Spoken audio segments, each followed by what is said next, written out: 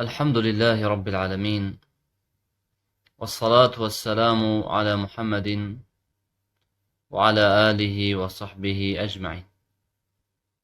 أما بعد، جشن فريقتي الباب الثاني، باب دوه. ما قد باب آنكو درجه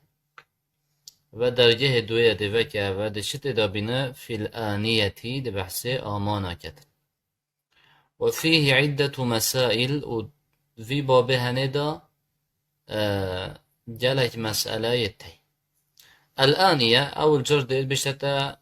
آمان شتشتن قلت هي الأوعية، يعني أو آمانا التي يحفظ فيها الماء أو تكو آف تيتا فارستن وغيره وغير آفيج. آنية بوان تشتات أقوتن كو آفيت يعني وغير آفيج يعني، سواء كانت من الحديد وجد أف آمان تنش آصن بن أو من غيره أنجيج غير آصن بن البناء آمان. والأصل فيها الإباحة، وأصل تدافيا كو أف آمان التني همية حلالا، لقوله تعالى اجبر قدنا رب العالمين هو الذي خلق لكم ما في الأرض جميعا. هر أوا يكو هر تشتكيت عرديدا بو هوا تشكرين أنكو هر تشتكيت عرديدا بيتن رب العالمين بما يت درست كري معنای مادم بو ما درست کرنه درست بکار بینه. اگر ما درست نبا مروف تشت عدد بکار بیندم با چی خودی بو ما چی کره معنای گوتیتا حلاله، اصل تیدا حلاله بجا حتى وكو دليل ايتيتم بيشتا حرامه شنيدي حرام. المسألة الأولى مسألة ايكي استعمال آنية الذهب والفضة وغيرهما في الطهارة وغيرهما في الطهارة. قديب كارينانا آمان زيري وهر وصايا زيفي وغير وانجي بو باقجي، يعني إنسان بو باقش كرنه بكار بنت بو دست نويجي بو سرششنه. قلت يجوز استعمال جميع الأواني، درست همي آمان بهن بكارينان، في الأكل بخارنه والشرب وبفخارنه وسائر الاستعمال وبهمي بكارينان الدجي إذا كانت طاهرة مباحة، أجر هاتو أو آمان اتباقش بن وتحلال بن، ولو كانت ثمينة، يعني بشنا حتى أجر هاتو الجرام بهاجي بن، حتى أجر هاتو الجرام بهاجي بن آمانك خر الماس درست بيت بكارينان لبقائها على الأصل، چونكي هر ما يقول أصل آمانه ده حلالية وهو الإباحة حلالية، هر آمانه كي بيتي حلال إلا دليل بيت بيشتن فلان آماني حرام.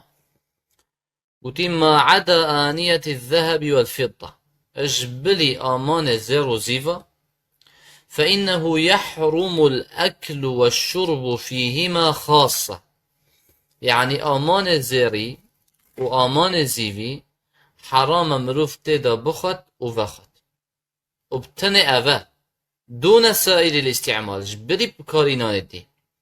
يعني آمان الزيري والزيفي جي هري حلالة بكار بينه بس بو وخارنه وخارنه شنا بيده بكار بينه. كارينان آمانك زيره آمانك زيفت بو خارنه آم بو وخارنه بكار بينه حرام. كشكتا بو نمونه خارنه زير بيت زيف بيت حرامه. ستينيك هر وصا قازانه هر وصا او جلاسة تدوت خواهي هر وصا افتنه حرامه. بوچه لقوله صلى الله عليه وسلم جبر قلنا پیغمبر عليه الصلاة والسلام لا تشربوا في آنية الذهب والفضة اتآمان زيرو زيفا دا نبخن ولا تأكلوا في صحافهما وتسينيك وانجي دا نخن، معنى السينيك زيرو زيفا جي حراما مروف تقدر تشتي بخاتن فإنها لهم في الدنيا، چونكي اف زيرو زيفتنه بكارينانا وان بخارنه و بخارنه بوانا يد دنيا دا لهم بحث كافره، يعني بو كافره الدنيا دا ولكم في الآخرة وتأخرت ده بو هوايا معناه وتأخرت ده هندي بكارينا بخارنه وفخار. وقوله صلى الله عليه وسلم الذي يشرب في آنية الفضة أو كست آمان الزيفدة فخة تشفيك فخة فإنما يجرجر في بطنه نار جهنم أن يجرجر في بطنه نار جهنم أف كسي شتكتن يجري جهنم الزكي خدا اتكالنتن واتكت الزكي خدا. فهذا نص على تحريم الأكل والشرب أفا نصك صريحة پیغمبر خدا بمهاتي عليه الصلاة والسلام كو حرام مروف تيدا وخطن وبخطن دون سائر الاستعمال جبلي وان كارينان الدي جبلي وان كارينان الدي فدل على جواز استعمالها في الطهارة هذا بدليل كو اگر ايوان امانتا يزيران يزيفه بو باق جيب كار بينتن حلاله معناه اگر مثلا ايكه مسينكه كي هاي اف مسينكه ها زيره ان زيفه درست مادام تدا نابخد آن جی مثلا کسی که هی تاستا که هی یا زیریه آن یا زیویه تدا سر خش شد دست جابت خش شد درست آن حنفیه مالاوه بونمونه زیر زیوه درست والنهي عام يتناول الإناء الخالص والنهي جي عامة يعني وقتی پیغمبر خدا گوتی علیه الصلاة والسلام آمان زیری دا و یه زیوی دا نبخن اما بحثوی آمانه او خر زیر بید و خر زیف بید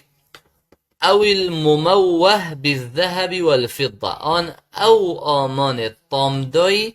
اب آوا زیری آن او آمان طامدای اب آوا زیوی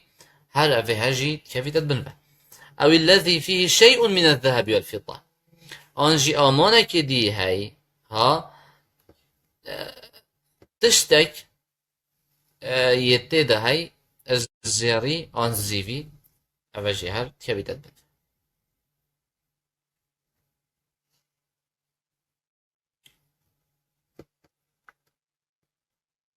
أو جيت كبيتت بن و معناه چنبل كي وبونمونه زيرة آن زيفة آن مثلا بنيو زيفة زيرة ماشي بيتا بكرنا. المسألة الثانية مسألة دوي حكم استعمال الإناء المضبب بالذهب والفضة حكم بكارينانا أوي آماني آنجي أوي تشتي أوي أو آمانيكو هاتي بنيكرن اب زيري آنجي بزيفي مضبب يعني انت لحيم كي بنيكي جاي كي اشكاسته اب زيرة بني بكي لحيم بكي آنجي بزيفه كحكمي وجه قلت إن كانت الضبة من الذهب حرم استعمال الإناء مطلقا أجر أو بنيكرنا أفي أمانها تبزديري بنيكر بزيري لحيمكر هنجي حرامة مطلقا أف أمانها بدا بكارين وش لدخوله تحت عموم النص چونك أباجي هرد كبتت بن أوي نصاب ما إنايفا ونص ما قوتي عامة ونص نقوتي أما بحسوي أمانيا يخر زير بي نا يقوتي أمان الزيري بجا چهن داي زير بيت آنجي هم زير. أما إن كانت الضبة من الفضة أما جرات أوبني يا زيفي بيت وهي يسيرة وكيم بيتا فإنه يجوز استعمال الإناء درست أو أمان بيت بكارنا لحديث أنس رضي الله عنه قال أجبر حديث أنس خدج رازي بتقول انكسر قدح رسول الله صلى الله عليه وسلم بشتان ترار پیغمبر خدا عليه الصلاة والسلام شكست فاتخذ مكان الشعب سلسلة من الفضة پیغمبر خدا عليه الصلاة والسلام جهوش كستنه زنجيرة كازيفة اخسته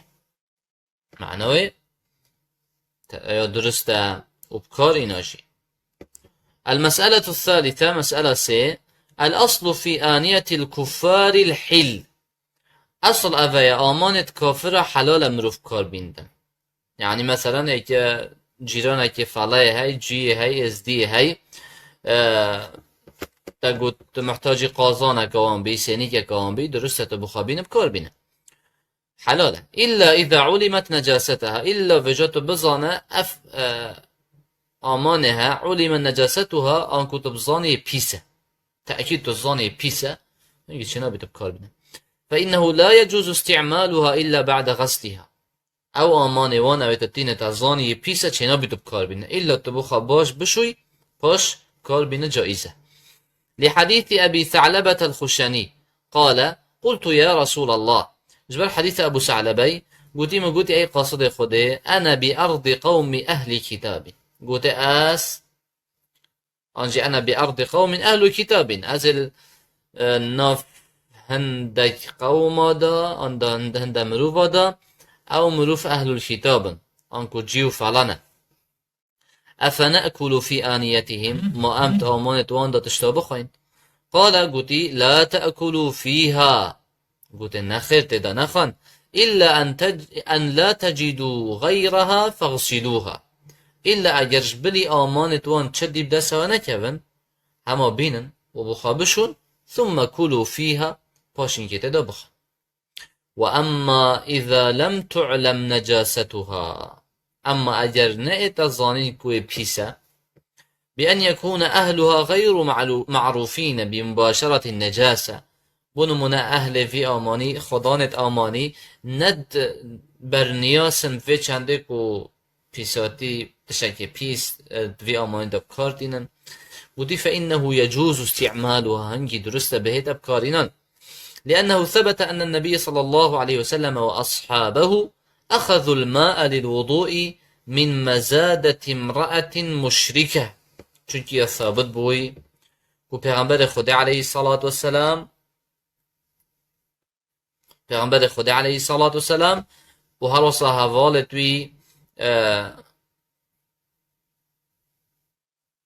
ويجي آف بخوين بو جركك جنكا مشرك مزادة وكي جركك مزنة جلديت تشكرن اف جركي هنه جنكا مشرك بي وانا بخو آف جئينا دست نوجد خابششت ولأن الله سبحانه قد أباح لنا طعام أهل الكتاب وجبال هنده چونك رب العالمين يوم حلال كده يم خارنا أهل الكتاب بخين وقد يقدمونه إلينا في أوانيهم وچبيد وقتك خارنه بمتين اندت أمانت خداينن وخدا قوتي خارنا أهل الكتاب بهاي حلال معناه جائزة أمانت واندت بخين كما دعا غلام يهودي النبي صلى الله عليه وسلم على خبز شعير وإهالة سنخة فأكل منها قلت على خبز شعير وإهالة سنخة فأكل منها پیغمبر خدا عليه الصلاة والسلام غلامك يهودي آنجي ام بجين جحيلك جهي پیغمبر عليه الصلاة والسلام غازي كر السر نان جهي خبز الشعير آنكو نان جهية وإهالة سنخة إهالة بحثي ام بجين دينجا بانجي بزا وزيتا وسنخة اويتكو او دينجو بزت هاتينا غورين باشا إهالة مگو چيا دينجا وزيت وأف دينجو زيت التنجي سنخة يعني بينوان هات بيغورين بشتنا فأكل منها پیغمبر خدا عليه الصلاة والسلام جخار پیغمبر عليه الصلاة والسلام جخار إذن درسته المسألة الرابعة مسألة چاره الطهارة في الآنية المتخذة من جلود الميتة يعني مروف دست نویجه بشو سرقه بشو تنتوان آمانا دا اوید کو هاتی نچیکرنج جلده آنجی کفله حیوان مرار قد جلد الميتة إذا دبغ طهر جلدو كفله تشتي مرار او حيوان مرار بيت جلده وي كفله وي اگر بيتا پاقش کرن يه حلاله جازه يعني ده پاقش بيتن وجاز استعماله درسته بيتا بخارين كفله تشكي مرار بازا كمرار بي جيلا كمرار بي كفله وهات و اینا و گماره کرد و هراسا پاقش کرد دبغ کرد ده پاقش بید و برسته بهده بکاری دي قولي صلى الله عليه وسلم أيما إهاب دبغ فقد طهر هر جلد و كفلك هبتا بيتا دبغ كرن و جمارة كرن أبي هني خلاص باقش بي ولأنه صلى الله عليه وسلم مر على شاة ميتة پیغمبر خدا عليه الصلاة والسلام بر بازاكا مرار رابوري فقال صلى الله عليه وسلم قلتي هلا أخذوا إهابها هلا أخذوا إهابها رينا خالي بابا قلتي خوزي أوانا شكر با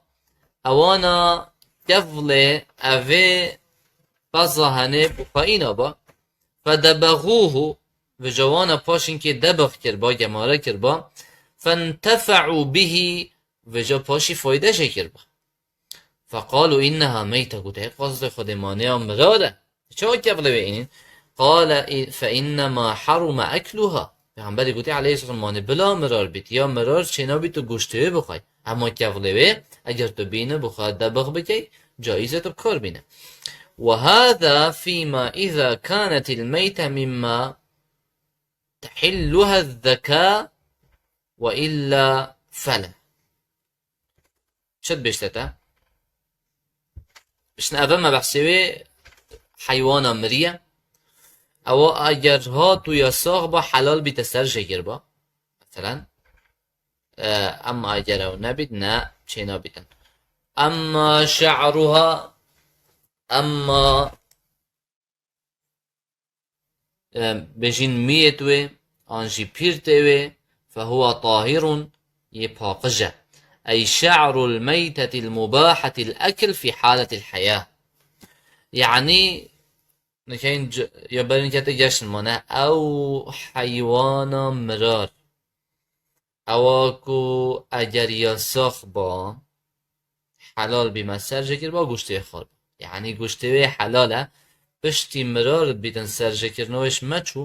درست ام کفله بکار بینن و جاید بشتا پا درست پرچوه آنجی میوه ام بجین آنجی پیرتوه ام بکار بینن پرت بین بودمونه ام بکار بینن گوتی بله پاقجه انسان بخوب کار بین تو اما اللحم اما گوشت فإنه نجسون گوشت پیسه و محرم اکله وحرام إنسان بخوتا لقوله تعالى شبال قلنا رب العالمين إلا أن يكون ميتة إلا وجاء جري مرار بيت أو دما مسفوحا أن خينك بوش بيتش بر بتشيت يا برجيت أو لحم خنزير أن قشت براز بيت فإنه رجس أفهنجي بيسا إنسان شنا بيتن بخوتا ويحصل الدبغ بتنظيف الأذى والقذر الذي كان في الجلد انسان ده چوا جلدك دبغ کرد ما بحث دبغ کرنه کرد درسته تو جلده و بین دبغ کرده پاقش بیده چوا دبغ کن بودی ده وشنده دبغ کرن بکید بتنظيف الأذى او تشتی پیس تو پاقش بکی والقذر او تشتی قريجي بيفا تجي بکی بواسطة مواد تضاف إلى الماء كالملح وغيره واسطه هنده مادات بکه نف آویده دا پی پاقش بکی و کی خیط بکه نف آویده آن غیری خیط او بالنبات المعروف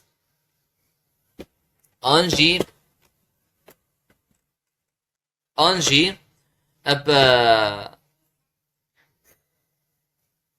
بالنبات المعروف آنجی وان گیایا اوید برنیاز بو پاقش کرنا جلده و کفلا کل قرض وكي تفكلت هنارا ورصا وكي بيساتي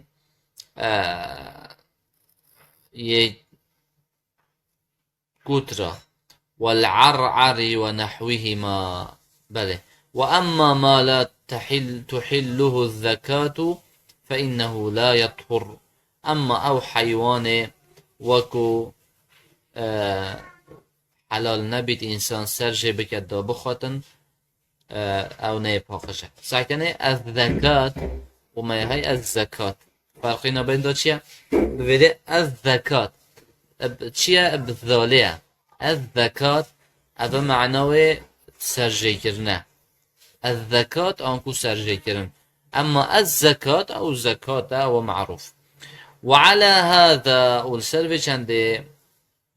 فجلد الهرة